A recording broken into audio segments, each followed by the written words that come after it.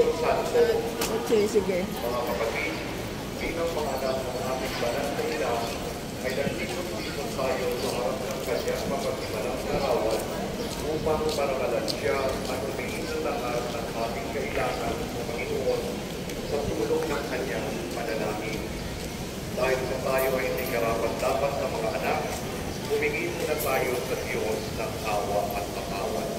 Lahat po tayo, mga baging Ama, sinugo mo sa lupa ang iyong banal na anak upang tubusin at iligtas kami sa pamamagitan ng kanyang pagkamatay at muling pagkabuhay, at upang bigyan kami ng bagong buhay. Sa pamamagitan nito, ginawa mo kaming iyong mga anak upang magmahalan kami tulad ng pagmamahal ni Kristo sa amin. Anong limit naming malimutan ang dakila naming karangalang ito? Nagkasala kami sa aming mga kapatid, nagkasala kami sa iyo, mahabaging Ama, patawarin mo kami. Tapat naming pinagsisisihan ang aming mga kasalanan. Kahabagan mo kami, maawaing Ama, lagi nawa kaming mabuhay bilang matapat mong mga anak.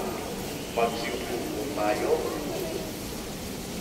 Noon pong nakaraang linggo, nakatanggap mo ang mahal na ina ng laging taklolo ng 2,936 liham kahilingan at 2,730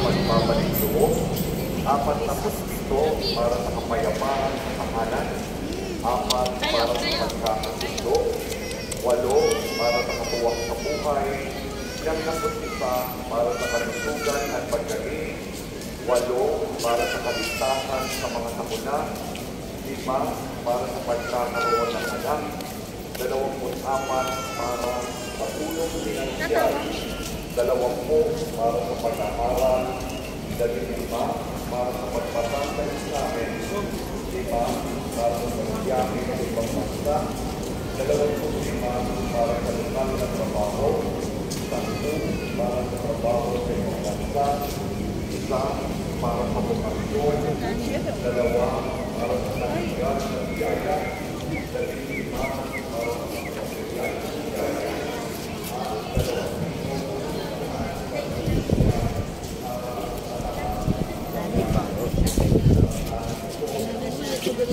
Sakay na kayo sa pagkaisa.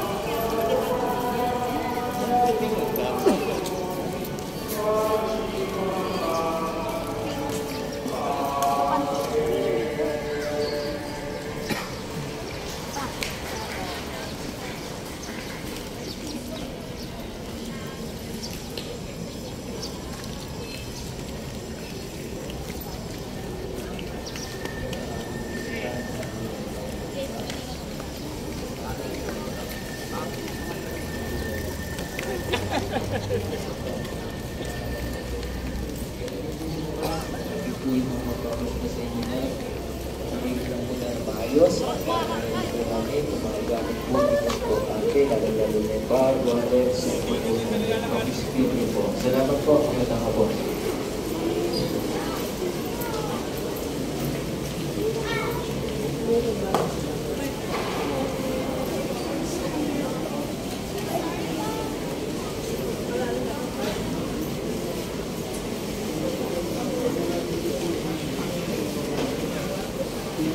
Ngayon ko na simba.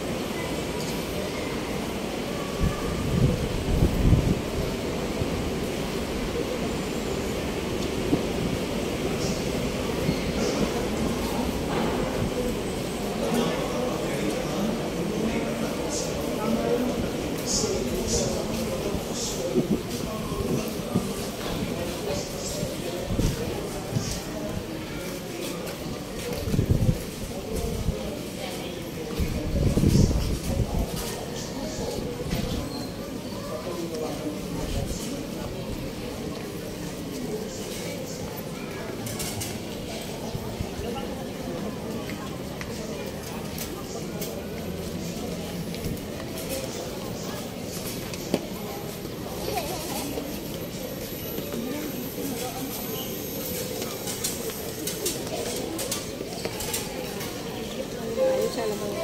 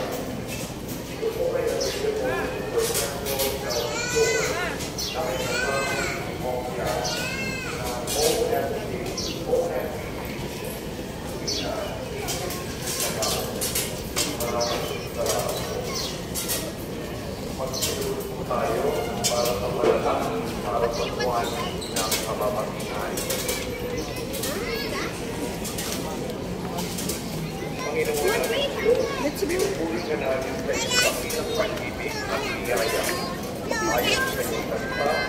Paraan ang kapitag-pitagan ng kanyang kaanyuan at wala siyang pangamba sa buwan na darama.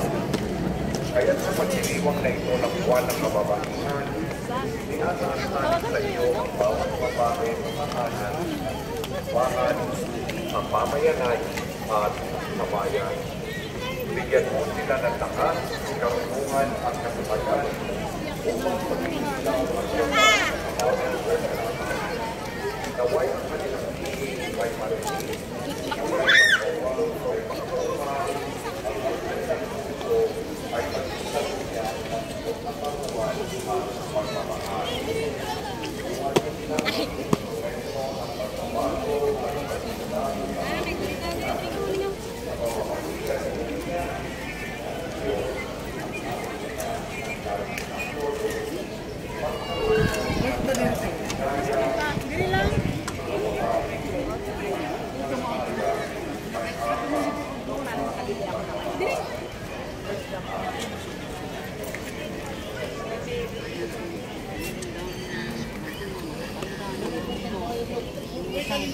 Talaga meron nang alalay na talaga ng bagong. Hindi, magkano ba ilang sa'yo?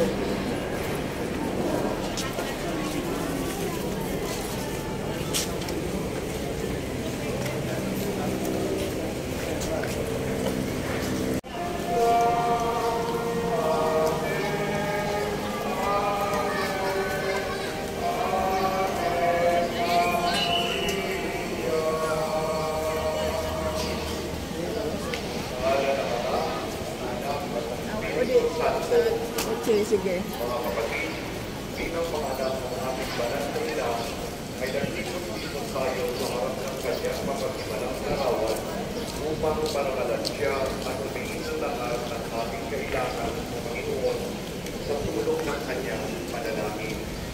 Dahil sa tayo ay hindi karapat-dapat na mga anak, humingi muna tayo sa Diyos ng awa at patawad. Lahat tayo, mga baging Ama, sinugo mo sa lupa ang iyong banal na anak upang tubusin at iligtas kami sa pamamagitan ng kanyang pagkamatay at muling pagkabuhay, at upang bigyan kami ng bagong buhay. Sa pamamagitan nito, ginawa mo kami iyong mga anak upang magmahalan kami tulad ng pagmamahal ni Kristo sa amin. Anong lilit namin malimutan ang dakila naming karangalang ito? Nagkasala kami sa aming mga kapatid, nagkasala kami sa iyo, mahabaging Ama, patawarin mo kami. Tapat namin pinagsisisihan ang aming mga kasalanan. Kahabagan mo kami, maawaing Ama, lagi nawa kaming mabuhay bilang matapat mong mga anak. Magsiupo tayo. Doon kong nakaraang linggo, nakatanggap mo ang mahal na ina ng laging taklolo ng 2,936 liang kahilingan at 2,000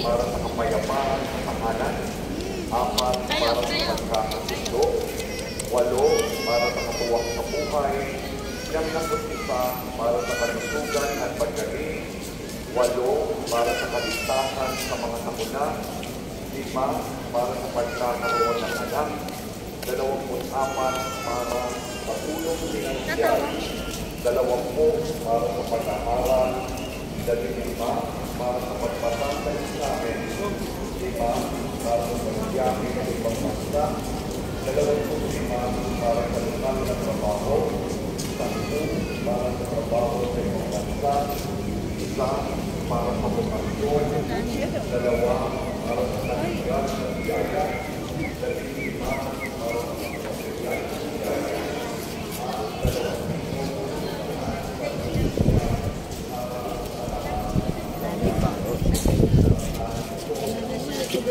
Sakay na kayo sa pagkaisa.